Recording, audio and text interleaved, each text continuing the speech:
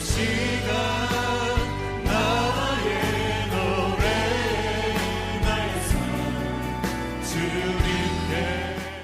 이로 말미암아 주 예수 안에서 너희 믿음과 모든 성도를 향한 사랑을 나도 듣고 내가 기도할 때에 기억하며 너희로 말미암아 감사하기를 그치지 아니하고 우리 주 예수 그리스도의 하나님 영광의 아버지께서 지혜와 계시의 영을 너희에게 주사 하나님을 알게 하시고 너희 마음의 눈을 밝히사 그의 부르심의 소망이 무엇이며 성도 안에서 그 기업의 영광의 풍성함이 무엇이며 그의 힘의 위력으로 역사하심을 따라 믿는 우리에게 베푸신 능력의 지극히 크심이 어떠한 것을 너희로 알게 하시기를 구하노라. 그의 능력이 그리스도 안에서 역사하사 죽은 자들 가운데서 다시 살리시고 하늘에서 자기의 오른편에 앉히사 모든 통치와 권세와 능력과 주권과 이 세상뿐 아니라 오는 세상에 일컫는 모든 이름 위에 뛰어나게 하시고 또 만물을 그의 발 아래에 복종하게 하시고 그를 만물 위에 교회의 머리로 삼으셨느니라. 교회는 그의 몸이니 만물 안에서 만물을 충만하게 하시는 이의 충만함이니라. 아멘. 네, 우리 한번 앞뒤 옆에 계신 분과 인사하겠습니다. 주님의 사랑으로 사랑합니다. 네, 사랑으로 사랑합니다. 네, 감사합니다. 네, 또 오늘 반가운 얼굴도 오셔서 너무 감사합니다. 7월 달은 저희가 그리스도의 몸에 대한 이야기를 주제로 말씀을 나누고자 하는데 오늘은 이제 지난주는 이제 맥주 감사절이었기 때문에 감사에 대한 이야기를 나눴고요. 오늘은 첫 번째 시간으로 교회는 주님의 몸이다라고 하는 그 제목으로 함께 나누려고 합니다. 여러분 교회 하면 가장 떠오르시는 게 뭐죠? 교회 그랬을 때. 네, 요즘은 참 안타깝게도 교회 하면 좀 부정적인 이미지가 너무 많아가지고 좀 마음이 그렇긴 한데 교회 하면 떠오르는 혹시 단어가 있으신가요? 교회 그러면? 교회. 네, 머릿속에 막 떠올리세요? 제가 묻진 않겠습니다. 제가 2013년도에 교회에 대한 설교를 하면서 그 우리 좀 전에 불렀던 찬양이 있어요. 에클레시아라는 곡이 있습니다. 제가 이제 만들었던 곡인데 그걸 잘 모르실 거예요. 그렇죠? 네. 근데 그 곡을 쓰기 위해서 성경에 나타난 교회의 정의가 뭘까를 막 찾아본 적이 있어요. 그래서 그 중에 하나가 이제 10가지를 제가 찾았는데 뭐 많지만 10가지가 첫 번째, 교회는 예수 그리스도의 몸이다 라는 거예요. 제가 한 얘기가 아니고 로마서, 뭐 고린도전서, 에베소서, 골로새서에 쭉 이렇게 나옵니다. 교회는 예수님의 몸이다. 주님의 몸이다. 두 번째는 교회는 거룩한 하나님의 집이다. 네. 그리고 세 번째는 교회는 만민이 기도하는 집이다. 네 번째는 교회는 거룩한 하나님의 성전이다. 다섯 번째는 교회는 부름받은 무리다. 이 얘기가 뭐냐면 교회라고 하는 어원을 찾아보면 교회라고 하는 어원은 에클레시아입니다. 주님께서 마태복음 16장에 처음 말씀하신 교회라고 하는 단어가 에클레시아예요. 이거는 에크라고 하는 단어와 카레오라고 하는 단어의 합성어예요. 에크는 무엇으로부터, 카레오는 불러내다 이런 뜻이거든요. 다시 말하면 무엇으로부터 불러낸 무리가 교회인 거예요. 다시 표현하면 이러면 세상으로부터, 세상에 살아가는 사람들로부터 주님께서, 하나님께서 자녀된 우리를 불러내온 무리, 이게 교회라는 거죠. 그래서 교회는 저희 리모델링 하느라 힘들었는데 이게 교회가 아니에요. 여기는 그냥 예배 드리는 공간. 예전에 우리 신앙의 선배들이 예배당 그랬잖아요. 네, 그렇게 예배를 위해서 모이는 장소인 거예요. 예배당이고 교회는 불러 모은 여러분들이 바로 교회시다라는 거예요. 이거를 정말 다른 거 다 잊으셔야 되는데 이게 정말 제일 중요합니다. 자, 다섯 번째가 그랬고, 여섯 번째는 교회는 하나님이 피로 사신 곳이다. 네, 일곱 번째, 교회는 예수님이 반석 위에 세우신 곳이다. 그 다음에 여덟 번째, 교회는 음부의 권세가 이기지 못하는 곳이다. 아홉 번째, 교회는 하나님이 거하실 처소이다. 그리고 열 번째, 교회는 예수 그리스도와 함께 지어져 가는 곳이다 라고 말씀합니다. 그래서 제가 곡을 썼어요. 뭐요? 에클레시아. 그래서 한번 주보를 다시 펼쳐보시겠어요? 다시 한번 그 의미를 되새기면서 한 번만 더 찬양하겠습니다.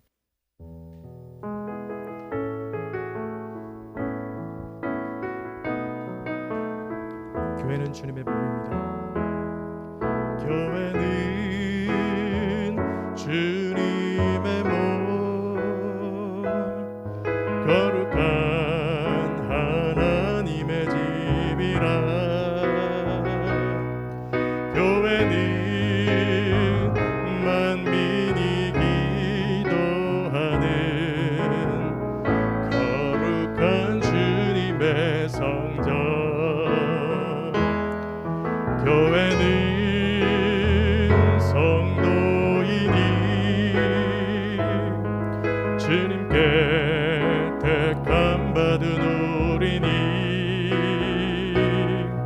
주님이 일어서신 교회니 교회된 삶을 사네.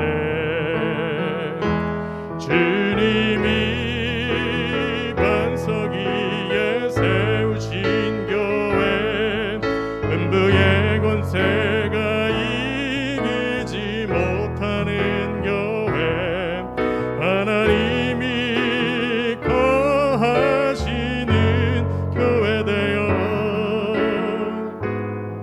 예수님 안에서 우린 함께 지어져 가네.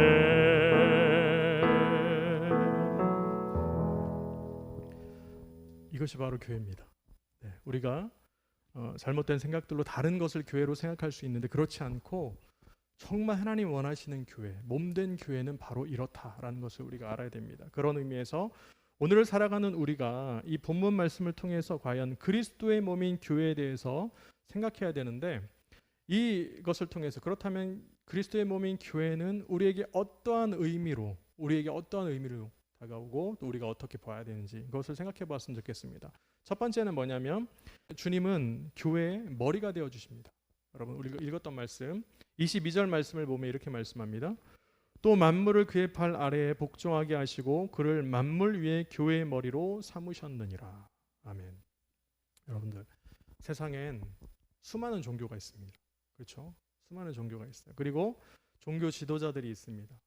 또한 그러면서 각자의 종교 안에서는 우리 표현으로 하면 구원이라고 하는 얘기를 해요. 그래서 뭐 다른 종교에서는 이렇게 해야 된다라는 것이 많습니다. 기독교도 마찬가지인데 기독교 안에는 온 세상을 말씀으로 만드신 전능하신 하나님, 창조주 하나님께서 세상을 너무나 사랑하셔갖고 우리를 구원하시기 위해 독생자 예수 그리스도를 이 땅에 보내주셨습니다. 그리고 그분이 십자가에 우리 죄를 위해 달리셨고 죽으셨다가 또 우리를 위해 부활하셨어요. 그리고 나서 하나님 오른편에 이제 앉아 계시잖아요. 더 나아가서 우리가 다시 부활하신 그 예수님을 믿는 믿음으로 구원을 받습니다. 그리고 그 구원받은 우리가 이제는 하나님의 자녀가 되어서 어떻게 살아가야 되냐면 하나님의 말씀을 따라 살아가는 삶, 그리스도의 삶이 바로 우리가 살아가야 될 삶의 모습이에요. 그런데 다른 종교와 기독교에는 또 다른 점이 너무 많아요. 여러분 너무 많습니다. 그 중에서도 어떤 종교에도 없는 것이 있습니다. 그게 뭔지 아세요? 그것은 전능하신 하나님이 나약한 인간의 모습으로 이 땅에 오셨다는 거예요. 여러분들 신화가 많잖아요. 저도 뭐 신화를 여러 개를 읽어보면 참 재밌잖아요. 그런데 그 신화 안에서 신이 내가 인간의 사랑하고 구원하기 위해서 그렇게 나약한 모습으로 가야겠다. 인간의 모습으로 변해서 내려온 게 있나요? 신화를 보면 거의 대부분이 신들이 인간을 지배하는 것 이런 내용으로 되어 있거나 아니면 조금 약간 다른 거는 뭐냐면 신이 인간을 사랑해서 이게 원래 사랑하면 안 되는데 사랑해서 뭐 벌어지는 이런 얘기는 있지만 정말 너무나 사랑해서 신이 인간의 나약한 모습으로 내려와서 그리고 그것으로 끝난 게 아니고 그들을 구원하기 위해서 대신 죽어요. 이런 신화가 있나요? 없습니다. 그런데 우리 기독교 안에 무엇이 있습니까? 바로 너무나 우리를 사랑하셔서 인간의 모습으로 성육신하셨고 더 나아가서 우리를 위해서 이제는 십자가에 달리셨어요.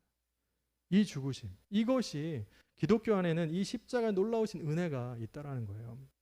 그래서 이 다른 이런 모습들도 있지만 또한 중요한 게 있어요. 뭐냐면 죽으셨는데 이것으로 끝나면 의미가 있을까요? 별로 의미가 없어요. 우리 사랑하셨구나 끝 이런데 그것이 아니고 다시 우리 인간으로서는 할 수 없는 일이 벌어집니다. 그게 뭡니까? 바로 다시 부활하신 사건이에요. 여러분 이게 너무나 중요합니다. 자, 더 인간을 구원하는 신이 다시 부활한 사건은 그 어디에도 찾아볼 수 없습니다. 오늘 본문 말씀 20절의 말씀에 보면 이렇게 말씀하잖아요. 하나님께서는 이 능력을 그리스도 안에 발휘하셔서 그분을 죽은 사람들 가운데서 살리시고 라고 말씀합니다. 여러분 다시 말하면 그 어느 신화에도 존재하지 않는 이 부활 사건이 바로 등장합니다. 여러분들 그 주인공이 바로 누구냐? 예수 그리스도시다라는 거예요. 이처럼 하나님의 능력은 언제나 그리스도 안에서 증명되고 있습니다. 그리고 그것은 바로 그리스도를 죽은 사들 가운데서 살리신 하나님의 놀라우신 사건이에요. 여러분 참 중요합니다. 또한 하나님은요 예수 그리스도를 어떻게 하셨냐면 그냥 부활하게 하시고 뭐 이 땅에 살다가 다시 죽었다 이게 아니고 어떻게 해요? 하늘로 승천케 하셨다는 게. 여러분 이게 놀라운 사실이에요. 본문 20절 말씀을 다시 이어서 읽으면 하나님께서는 이 능력을 그리스도 안에 발휘하셔서 그분을 죽은 사람들 가운데서 살리시고 하늘에서 자기의 오른쪽에 앉히셔서라고 말씀합니다. 자, 다시 말하면 하나님께서는 예수 그리스도의 이 부활케 하신 다음에 하늘로 이렇게 승천하게 하신 거예요. 여러분 이것은 무슨 의미냐면 예수님을 높여주신 거예요. 하나님의 아들로 다시 높여주시는 이 사건입니다. 자, 승천 사건은 십자가의 사건과 부활 사건에 못지않게 정말 하나님께서 행하시는 그 거대한 정말 엄청난 사건으로서 그리스도께서 하나님의 아들로 임명되신 것을 의미합니다. 여러분 세상에 제가 예전에 신대원 할 때 이단 수업을 들은 적이 있거든요. 이단 수업을 딱 이단에 관련 제가 이단을 들었던 게 아니고 이게 이단이다라고 하는 이런 수업들이 있어요. 이단 수업을 들으니까 제가 놀라운 사실 우리나라에만 내가 예수다라고 한 사람이 한 20여 명? 그리고 뭐 하나님이다 한 사람들이요. 정말 몇십 명씩 되는 60명, 70명 이렇게 되는 거예요. 종교도 엄청 많고요. 시대를 따라서 계속 이름만 바뀌었지 계속 비슷한 종교들이 막 나와요. 여러분들. 그렇다고 그 사람들이 다시 죽었다가 부활해서 하늘로 승천했을까요? 아니에요. 그럴 수가 없어요.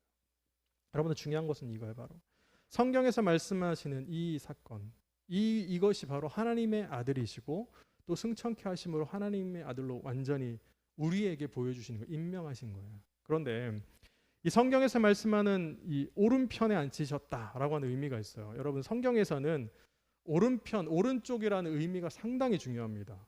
이런 그냥 공간적인 의미가 아니에요. 제가 이렇게 보면 오른편에 계신 분들 뭐 왼편 안 앉으셨네요 오늘. 이렇게 나눌 수 있지만 이런 그냥 공간적인 개념이 아니고 오른쪽에 계셨다, 오른편에 앉으셨다라고 하는 것은 뭐냐면 바로 주권적인 개념이에요. 주권적인 개념. 그러니까 상속권과 주권적인 능력 그리고 구원의 능력과 통치권 이런 걸 다 따라서 이런 것을 얘기하는 거죠. 그래서 하나님께서 부활하신 그리스도를 자기 오른편에 앉으셨다라고 하는 의미는 그리스도에게 자신의 모든 능력을 상속시키셨다는 거예요. 그리고 주권과 구원과 다스림의 모든 권세, 모든 권한을 부여해 주셨다는 의미입니다. 자, 예수님. 자, 더 나아가서 우리가 믿는 예수님은요, 더 이상 온 인류를 위해 고난 받으시고 죽으신 나약한 인간의 모습으로 끝나지 않아요.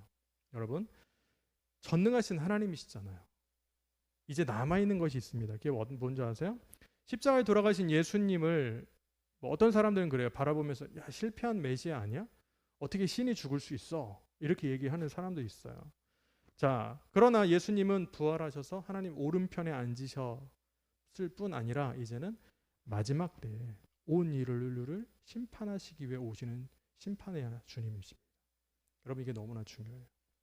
그러기에 예수님은 이 세상뿐 아니라 모든 세상 가운데 오는 세대 가운데 모든 이름 위에 뛰어나신 분이 되셨습니다. 가장 권력 있는 사람이 누굴까요?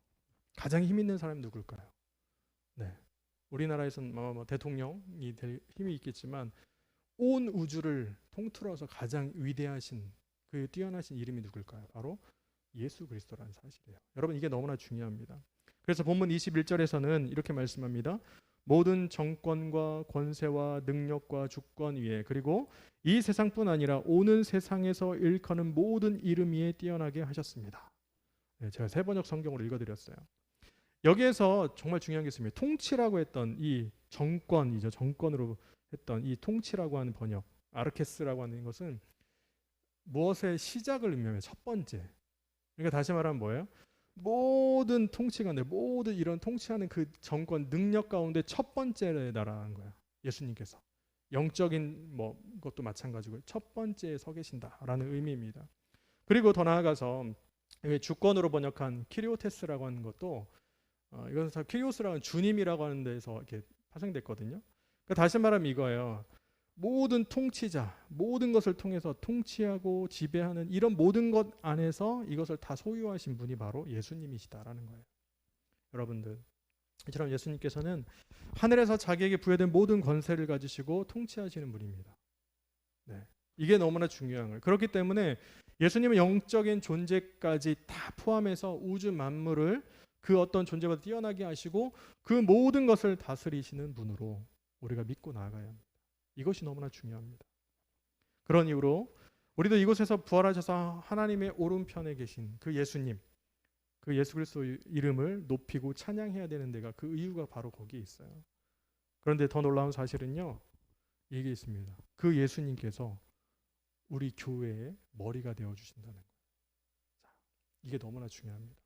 하나님께서 이렇게 능력 있으신 예수님께서 부활하셔서 우리의 죄를 다 사해 주시고 하늘에 오르셔서 하나님 우편에 앉아 계시면서 모든 권세를 다 가지신 분, 그리고 앞으로 우리를 심판하러 오시는 그 주님이 우리 교회의 머리가 되어 주신다. 네, 우리 교회라고 하면 또 예글이나 교회만으로 오해하시는 분이 계실까봐 다시 정정해서 말씀드리면 우리 교회된 우리들의 머리가 되어 주신다는 거예요. 얼마나 놀라운 은혜입니까? 사랑하는 여러분, 주님은 살아계십니다. 아멘. 그리고 주님은 하늘로 승천하셔서 하나님 오른편에 앉아 계십니다. 모든 권세를 다 받으시고 하나님의 능력을 부여받으심으로 이제는 모든 이름 위에 뛰어나시 그 분께서 이제는 세상을 심판하러 오십니다. 그때가 언제인지는 잘 몰라요. 그러나 분명한 것은 오십니다. 그런데 더 은혜로운 것은 그분이 우리의 머리가 되어주신다 말씀합니다. 그러므로 오늘을 살아가는 우리도 교회의 머리 되신 주님을 온전히 예배해야 합니다. 우리가 모여서 예배하는 이유는 그거예요. 다른 데 있지 않습니다. 우리의 머리 되신 주님을 바라보면서 우리가 온전히 예배하는 그런 삶, 주님의 이름을 온전히 높여드리는 우리 예그리나 교회 모든 성도님들이 다 되시기를 예수님의 이름으로 간절히 기도합니다. 아멘. 두 번째는 교회는 주님의 몸이 됩니다. 너무나 잘 아는 말씀이죠. 우리 23절 말씀을 제가 다시 한번 읽겠습니다. 교회는 그의 몸이니 만물 안에서 만물을 충만하게 하시는 이의 충만함이니라. 아멘. 제가 설교를 준비하면서 그런 생각을 했어요. 아이들이 태어나면 발달 과정에 따라서 무의식적인 반복 훈련을 합니다. 여러분들 자녀를 키워보신 분들은 아실 거예요. 이 아이가 예를 들어서 갓난아이가 태어나면 뭘 하죠? 막 수학 문제를 푸나요? 태어나자마자 나는 이게 너무 재밌어 이러진 않잖아요. 태어나면 하는 게 딱 3가지 있어요. 뭐죠? 네, 뭐 먹죠. 어쨌든 먹어요. 그리고 먹으니까 응가를 하겠죠. 그리고 또 뭐 하죠? 잡니다. 더 이상 하는 거 없어요. 먹고 자고 이렇게 계속해요. 갓난아이는. 그게 당연한 거예요. 그렇죠. 근데 그 아이가 조금 시간이 지나면서 어떻게 해요? 천장만 보고 있던 아이가 이제 뭘 하죠? 뭐 목도 가눠보려고 하고 자꾸 뭘 해요? 자꾸 뒤집으려고 그래요. 그렇죠. 자꾸 엎어지려고. 이렇게 놓으면 또 바둥바둥하면서 또 엎어지고. 이게 뭐 하는 걸까요? 자기가 발달해가는 과정이거든요. 그래서 어떻게 합니까? 엎어지면 엎드려진 상태로 어떻게 하죠? 목을 그냥 이렇게 간당간당 겨우 지탱하면서 이렇게 있죠. 그렇게 힘든 것을 계속합니다. 그러다가 또 뭘 해요? 기르려고 우리가 얘기하는 배밀이랬죠. 배로 기어다니는 걸 해요. 네. 그러다가 더 발달하면 발로 다리로 기릅니다. 그리고 계속해서 넘어지는 걸 아는데도 자꾸 뭔가를 붙잡고 일어나다가 넘어지고 또 넘어지고 또 넘어지고 하다가 결국 1년 정도의 시간이 지나면 웬만한 아이들은 다 걷습니다. 그렇죠? 자, 그런데 만약 이 모든 과정을 아이들이 의식적으로 생각하고 훈련한다고 보면 할 수 있을까요? 내가 이렇게 엎어져야지 했는데 너무 힘들어요. 나 힘들어서 못하겠는데? 아이들이 만약에 일어나야 되는데 나 무서워. 나 안 일어날래. 라고 만약에 생각한다면 그 아이는 어떻게 될까요? 그 아이는 평생 아마 누워만 있어야 될 겁니다. 그런데 그렇지 않고 하나님께서는 우리를 발달 과정에 따라서 무의식적으로 계속 반복하게 만들었어요. 그래서 어떻게 해요? 결국엔 이렇게 일어나서 걷고 있어요. 여러분, 이게 놀라운 은혜 아닌가요? 그렇죠. 이게 너무나 큰 은혜예요. 이처럼 하나님은 우리 인간을 과정에 따라서 날마다 성장하게 하셨다는 이것이 가장 큽니다. 만약 아까 말씀드린 아이가 무섭거나 힘들어서 못하겠다라고 생각하고 이 의식으로 만약에 그것을 판단한다면 그 아이들은 성장할 수 없습니다. 그런 의미에서 교회된 우리도 날마다 어떻게 해야 돼요? 이 아이처럼 한 가지씩 발달해가는 그 과정이 있어야 돼요. 교회도 뭐 마찬가지입니다. 우리도 처음에 갓난아이처럼 이런 세상에서 아무것도 모른 채 육신의 욕심을 따라서 살아갑니다. 그러다가 주님을 만나요. 그리고 교회로 나옵니다. 그러면 뭔가를 아세요? 잘 모르잖아요. 교회가 무엇인지, 내가 교회로서 어떻게 살아가야 되는지, 하나님 말씀하시는 삶이 무엇인지 잘 몰라요. 그런데 모른다고 해서 가만히 있으면 어떻게 될까요? 발전이 없겠죠. 성장이 없는 거예요. 자, 육체가 성장함에 따라 힘이 생기는 것처럼 자기의 신의 인생도 마찬가지. 우리의 신앙도 마찬가지. 그렇게 생기면 생길수록 생길 수 있도록 계속해서 하나님 주신 그 은혜 가운데서 반복되어지는 그 은혜가 있어야 되겠죠. 그런데 사람들은 큰 착각을 합니다. 그게 뭐냐면 내가 힘이 세면 세질수록 내 육신이 건강하고 장성할수록 인생도 내 거다라고 하는 오해를 할 때가 많아요. 내가 이제 힘이 있으니까 이렇게 살아가야지라고 생각하는 그 착각이 있다라는 거예요. 과연 하나님께로부터 창조된 우리가 육신이 성장했다고 해서 그 마음대로 인생을 살아갈 수 있을까요? 네, 결코 그럴 수 없습니다. 왜냐하면 큰 풍랑과 같은 험난한 세상을 우리의 힘으로만 살아갈 수 없기 때문이에요. 젊었을 때는 내가 다 할 수 있을 것 같은 느낌이 들 때가 있습니다. 육신이 성장하고 힘이 있고 뭘 해도 다 할 수 있는. 그러나 그렇다고 그 인생이 이 험난한 세상 가운데 다 이겨낼 수 있을까요? 절대 그렇지 않다라는 거예요. 그러기에 우리는 우리를 창조하신 하나님께 나아가야 합니다. 여러분, 이게 참 중요합니다. 그리고 하나님을 알아가야 하는 거예요. 네, 점점점. 그렇다면 우리가 하나님을 알 수 있는 방법이 무엇입니까? 그 방법이 오늘 보면 17절에 나와 있습니다. 제가 한번 세번역 성경을 읽어드릴게요. 우리 주 예수 그리스도의 하나님이신 영광의 아버지께서 지혜와 계시의 영을 여러분에게 주셔서 하나님을 알게 하시고 라고 말씀합니다. 다시 말하면 성도와 교회 위에 부어주신 성령님을 통해서 하나님에 대한 참된 지식을 알 수 있다라고 말씀합니다. 여러분, 그런데 이런 하나님에 대한 알문요, 단지 그냥 성경을 읽었다 아니면 탐구했다, 공부했다로 끝나지 않아요. 이것을 얻을 수 있는 것이 아니에요. 오직 성령 안에서 역동적인 역사를 통해서만 알 수 있습니다, 여러분. 그리고 그러한 지식은 결코 아는 것에 머무르지 않아요. 아는 것에 머무르지 않고 하나님의 뜻을 행하는 데까지 이릅니다. 내가 하나님을 안다, 하나님이 원하시는 것이 무엇인지 안다라는 것은 성경에 이렇게 기록되어 있대라고 말하는 게 아니고 그것대로 살아가는 삶을 얘기합니다. 네, 이 알은 경험적인 알미예요. 이게 너무나 중요합니다. 자, 그러기에 바울은 이러한 하나님에 대한 알미 교회인 성도들에게 있기를 기도하는 거예요. 우리도 마찬가지입니다. 여러분 안에 정말 하나님을 알아가시고 정말 그 말씀대로 살아가는 그 삶의 알미 정말 온전히 넘쳐났으면 좋겠습니다. 또한 그러면서 바울은 성령 안에서 하나님을 알므로 교회로 살아가는 성도들에게 마음의 눈을 밝혀주셔서 하나님의 부르심에 속한 소망과 기업의 풍성함 또한 알기를 원한다고 말씀하셨어요. 자, 18절 말씀 본문 제가 다시 읽겠습니다. 여러분의 마음의 눈을 밝혀주셔서 하나님의 부르심에 속한 소망이 무엇이며 성도들에게 베푸신 하나님의 영광스러운 상속이 얼마나 풍성한지를 여러분이 알게 되기를 바랍니다. 이렇게 기도하는 거예요. 자, 여기서 마음으로 번역한 이 카르디아라고 하는 단어가 일반적인 신체 기관의 중에 하나인 심장을 지칭하기도 하는데 가장 중요한 건 이겁니다. 이 본문에서 그 이상의 의미를 가지고 이 마음이라는 것이 무언가를 이해하고 느끼고 생각하는 기능으로서의 마음이에요. 그대로 거슬러 올라가면 올라갈수록 어떻게 했냐면 여러분은 생각을 어디로 하세요? 생각을 어디로 하시죠? 뇌로 하시잖아요. 근데 그대로 거슬러 가면 갈수록 마음으로 생각했다고, 마음으로 믿었어요. 그러니까 뇌라는 생각을 못하고 마음에. 그래서 우리가 마음으로 믿는 게 너무 중요해요. 마음으로 생각하는 게. 그래서 우리 선조들도 그런 얘기 하잖아요. 야, 사람은 마음 먹기에 달렸어. 이런 얘기 하잖아요. 그 마음으로 생각하고 그것을 결단하며 나갈 때, 결단하는 기관이 마음인 거예요.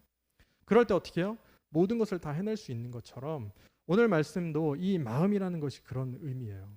모든 것을 이해하고 판단하고 결단할 수 있는 것. 이 마음. 그러니까 하나님께서 어떻게 이 마음의 눈을 열어달라는 거예요. 하나님께.